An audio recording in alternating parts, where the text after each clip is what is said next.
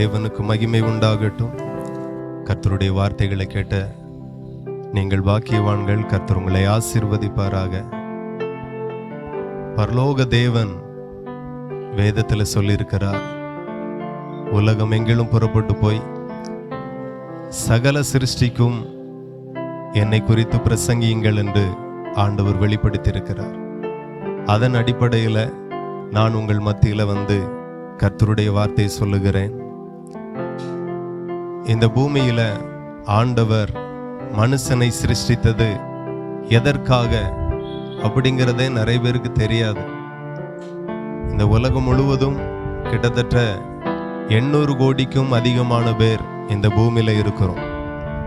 800 கோடி பேரை இந்த உலகம் முழுவதும் எல்லா தேசங்களிலேயும் எல்லா தீவுகளிலேயும் மனிதர்கள் இருக்கிறார்கள். ஆனால் ஆண்டவர் இந்த உலகத்தை படைக்கும்போது ஒரே ஒரு மனுஷனை படைத்து அவனுக்கு துணையாக ஒரு மனுஷியை கொடுத்தார். வேதம் சொல்லுகிறது, அவர் ஒருவனை அல்லவா படைத்தார், ஆவி அவரிடத்தில் பரிபூர்ணமாயிருந்ததே, பின்ன ஏன் ஒருவனை படைத்தார் என்று ஆண்டவருடைய வார்த்தை வேதத்தில் எழுதப்பட்டிருக்கிறது. ஏன் ஆண்டவர் வானத்தையும் பூமியும் சிருஷ்டித்த நாட்களில் ஒரே ஒரு மனுஷனை படைத்தார்? இன்னைக்கு இருக்கிற 800 கோடி பேரை 400 கோடி ஆண்கள் உண்டாக கடவுது, 400 கோடி பெண்கள் உண்டாக கடவுது அப்படின்னா அன்றைக்கே, இன்னைக்கு இருக்கிற ஜனத்தொகை அன்னைக்கே இந்த பூமியில பிறந்திருக்கும். ஆனால் ஆண்டவர் அப்படி செய்யாமல், அப்படி இந்த பூமியில திரளான ஜனங்கள் இருப்பார்களானால் எல்லாருக்கும் தேவ பக்தி போய் சேராது, வேதம் போய் சேராது, எல்லாருக்கும் சபைகள் இருக்காது, எல்லாருக்கும் உபதேசம் இருக்காது. ஒரு மனுஷனை படைத்து அவனுக்கு தேவனா யார் என்று தன்னை வெளிப்படுத்தி கொடுத்து, தேவ சித்தனா என்ன, தேவனுக்கு எப்படி கீழ்ப்படியணும், தேவன் எதை விரும்புகிறார் என்கிறத ரொம்ப தெளிவாய் அந்த மனுஷனுக்கு வெளிப்படுத்தி கொடுத்து, அவன் தேவ பக்தியா இருக்கணும். அவனுக்கு பிறக்கிற பிள்ளைகளும் பூமியில வரக்கூடிய தலைமுறையான சந்ததிகளும் தேவ பக்தியா இருக்க வேண்டும் என்கிறதை பரலோகத்தின் ஆண்டவர் விரும்பிதான் ஒரு மனுஷனை படைத்தார். நம்ம எல்லாரும் ஒரு தாய் பிள்ளைகள். ஒரு மனுஷனை மூலமாக ஆண்டவர் அவனுடைய தலைமுறைகள் எல்லாம் அந்த பூமியில சந்ததியாய் தலைமுறையாய் தேவ பக்தியாய் இருக்க வேண்டும் என்கிறதை தேவன் விரும்புகிறார். இன்னைக்கு நிறைய பேர் தேவன் இல்லை என்று சொல்லுவார்கள். இந்த பூமியில நிறைய மனிதர்கள் இருக்கிறாங்க, அப்படிப்பட்டவர்கள். தேவனே கிடையாது, இந்த உலகம் எல்லாம் சும்மா அப்படியே உண்டாயிற்று, தன்னால உண்டாயிற்று, படைத்தவர் கிடையாது, எல்லாம் தன்னால வந்தது அப்படிங்கிறத கூட நிறைய பேர் சொல்லுவாங்க. வேதம் சொல்லுகிறது, தேவன் இல்லை என்று மதிகேடன் தன் இருதயத்தில் சொல்லிக் கொள்ளுகிறான். அவர்கள் தங்களை கெடுத்து அருவருப்பான அக்கிரமங்களை செய்து வருகிறார்கள் என்று வேதம் சொல்லுகிறது. தேவன் இல்லை என்று யார் சொல்லுவார் அப்படின்னா மதிகேடன் சொல்லுவானா? தேவன் உண்டு. இந்த பூமியில நம்மை படைத்த ஆண்டவர் ஒருவர் இருக்கிறார். வேதம் சொல்லுகிறது, அவர்தான் இஸ்ரவேலின் தேவனாகிய கர்த்தர் என்று. அவருடைய விருப்பம் என்ன என்கிறதை தான் நான் உங்களுக்கு சொல்ல வந்திருக்கிறோம். அவருடைய சித்தம் என்ன என்கிறதை தான் நான் உங்களுக்கு தெரியப்படுத்த வந்திருக்கிறோம். அவர் ஒவ்வொரு மனுஷனிடத்திலையும் தேவ பக்தி எதிர்பார்க்கிறார். இன்னைக்கு தேவ பக்தியாய் வாழுகிறத நிறைய பேர் விரும்புகிறது கிடையாது. நிறைய பேருக்கு இஷ்டம் இல்லை. எதுக்கு தேவ பக்தியை வாழணும், எதுக்கு சர்ச்சுக்கு போகணும், எதுக்கு ஆலயத்துக்கு போகணும், எதுக்கு தொழுது கொள்ளணும், எதுக்கு ஜெபம் பண்ணணும். இது மனுஷனுடைய திட்டமோ மனுஷனுடைய சித்தமோ அல்ல, இது தேவனுடைய சித்தம், இது தேவனுடைய திட்டம். ஆகவே இந்த இடத்துல நிற்கிற யாரா இருந்தாலும் தேவனுக்கு எனக்கும் சம்பந்தம் இல்லப்பா, மலர்ந்தா வானம் கமந்தா பூமி, நான் உண்டு, என் குடும்பம் உண்டு, என் வேலை உண்டு அப்படின்னு யாராகிலும் இருப்பீர்களானால் அதல்ல தேவன் உங்களை படைத்த ஆண்டவருடைய விருப்பம். உங்களை படைத்த தேவனுடைய விருப்பம் என்னன்னா, நீங்க தேவ பக்தியா இருக்கணும், நீங்க தேவனை தொழுது கொள்ளணும், நீங்க தேவனை ஆராதிக்கணும், நீங்க தேவனுடைய வசனங்களை வாசித்து அதை கை கொண்டு அதன்படி நடக்கணும். இதுதான் தேவனுடைய திட்டம்.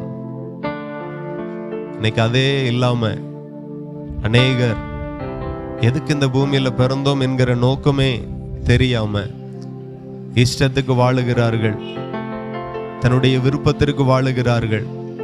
தனக்கு எப்படியெல்லாம் வாழ தோணுதோ, எந்த பாவத்துல வாழ தோணுதோ, எந்த பாவத்தெல்லாம் அனுபவிக்க தோணுதோ, அது மதுபானமா இருக்கலாம், விபச்சாரமா இருக்கலாம், என்னென்ன பாவத்துல வாழ தோணுதோ அத்தனை பாவத்திலையும் வாழ்ந்து ஒரே ஒரு வாழ்க்கை இஷ்டம் போல வாழணும் அப்படிங்கிறதுல நிறைய மனிதர்கள் வாழ்ந்து கொண்டிருக்கிறார்கள்.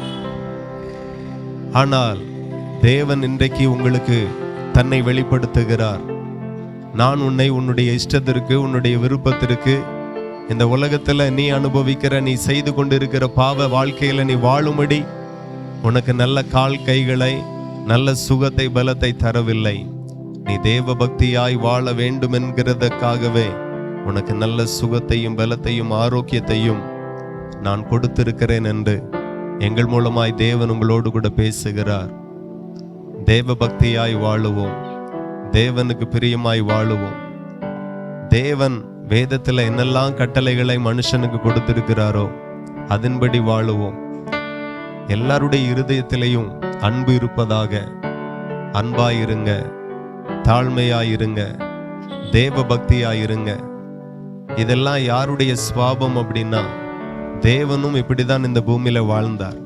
அன்பாக வாழ்ந்தார், பாசமாயிருந்தார், அற்புதங்களை மனிதனுக்கு செய்தார், உதவிகளை மனிதருக்கு செய்தார்.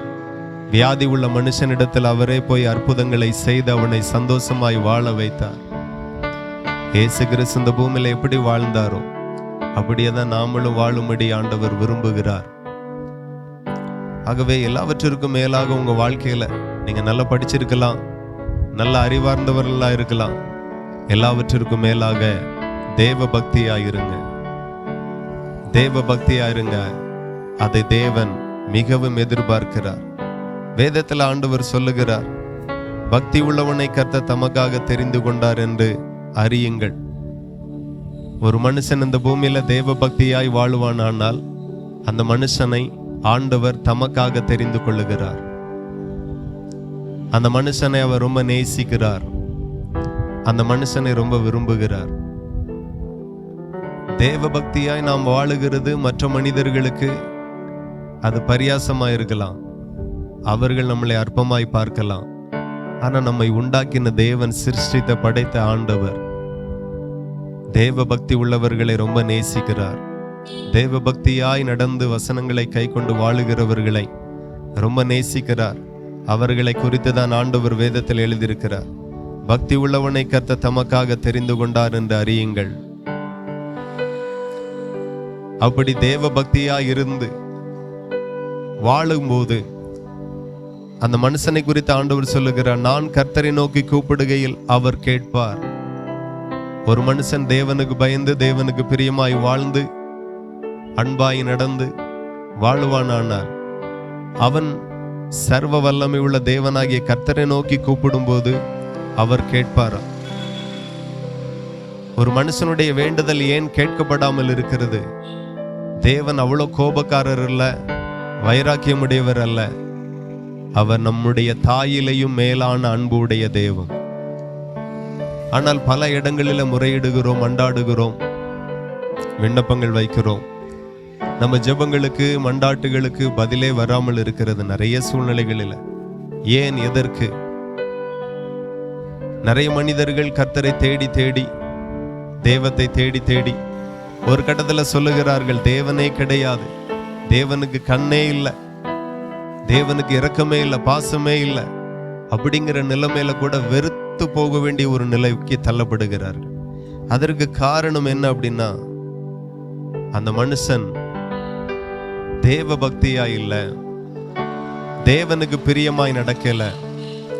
ஒரு மனுஷன் தேவ பக்தியாய் வாழாமல், தேவனுக்கு பிரியமானதை செய்யாமல், தேவனுக்கு கீழ்ப்படிந்து நடக்காமல் இருப்பானானால் அவன் கர்த்தரை நோக்கி கூப்பிடும் போது அவனுடைய ஜெபத்தையோ வேண்டுதலையோ விண்ணப்பத்தையோ கர்த்தர் கேட்க மாட்டார். உங்க ஜெபங்களை வேண்டுதல்களை கர்த்தர் கேட்கணும் அப்படின்னா தேவ பக்திக்கு உங்களை ஒப்பு கொடுங்க. ஆண்டவர் அதை ரொம்ப எதிர்பார்க்கிறார், ரொம்ப விரும்புகிறார். எல்லா மனுஷனும் தேவ பக்தியாய் மாறணும். எல்லா மனுஷனும் தேவனுக்காக வாழணும். இதை இன்னும் அதிகமாய் சொல்லிக் கொடுக்க தான் பிதாவாகிய தேவன் தன்னுடைய ஒரே பேரான குமாரனை இந்த பூமிக்கு அனுப்பினார். யோவான் 1:18 சொல்லப்பட்டிருக்கிறது, தேவனை ஒருபோதும் ஒருவனும் கண்டதில்லை, பிதாவின் மடிவில் இருக்கிற ஒரே பேரான குமாரனை அவரை வெளிப்படுத்தினார் என்று வசனம் சொல்லுகிறது. இயேசு கிறிஸ்து 2000 வருடங்களுக்கு முன்பதாக இந்த பூமியில வந்து தேவ சித்தங்களை போதித்தார், தேவ விருப்பங்களை போதித்தார், எப்படி தேவனுக்காய் வாழணும் என்று போதித்தார், தேவ சித்தம் என்ன என்கிறதை கற்றுக் கொடுத்தார். அதெல்லாம் வேதத்தில் எழுதப்பட்டு இருக்கிறது.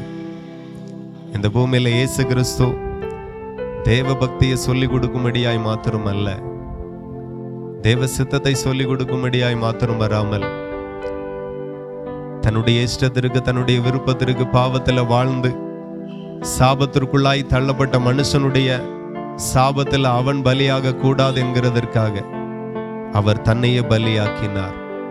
சிலுவையில் அறையப்பட்டார், இரத்தத்தை சிந்தினார், ஜீவனை கொடுத்தார். ஒவ்வொரு மனுஷனுடைய பாவத்திற்காக ஒரு காலகட்டத்தில் ஒவ்வொரு மிருகங்கள் பலி செலுத்தப்பட்டு வந்தது.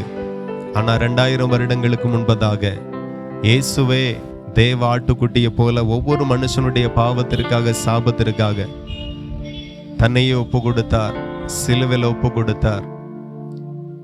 இயேசு எனக்காக வந்தார், எனக்காக மரித்தார், எனக்காக ஜீவனை கொடுத்தார் என்று நீங்கள் இருதயத்தில் விசுவாசிப்பீர்களானால் உங்கள் பாவமும் மன்னிக்கப்படும், உங்கள் சாபமும் உங்கள் குடும்பத்தை விட்டு உங்கள் மேலே விட்டு மாறும். நீங்கள் ஆசீர்வாதமாய் இருப்பீர்கள். தேவ பக்தி இல்லாதவர்களாய் இருப்பீர்கள். ஆனால் தேவ பக்திக்குள்ளாய் கடந்து வாருங்கள், தேவனை தொழுது கொள்ளுங்கள், வேதத்தை வாசியுங்க, தேவ பக்திக்கு உங்களை அர்ப்பணியுங்கள். இதுவே படைத்த தேவனுடைய சித்தமும் திட்டமுமாய் இருக்கிறது. நீங்க தேவ பக்தியாய் வாழுவீர்கள். ஆனால் கர்த்தர் உங்களை அபரிதமாய் ஆசீர்வதிப்பார். உங்க தலைமுறைகள் வாழ்ந்திருக்கும். இப்பொழுது நீங்கள் சந்திக்கிற அநேக போராட்டங்களும் சாபங்களும் கண்ணீர்களும் கவலைகளும் வேதனைகளும் உங்களை விட்டு மாறும். நீங்கள் ஆசீர்வாதமாகவும் சமாதானமாகவும் வாழுவீர்கள் என்று என் வார்த்தையை நிறைவு செய்கிறேன். பரலோகத்தின் தேவன் உங்களை ஆசீர்வதிப்பாராக.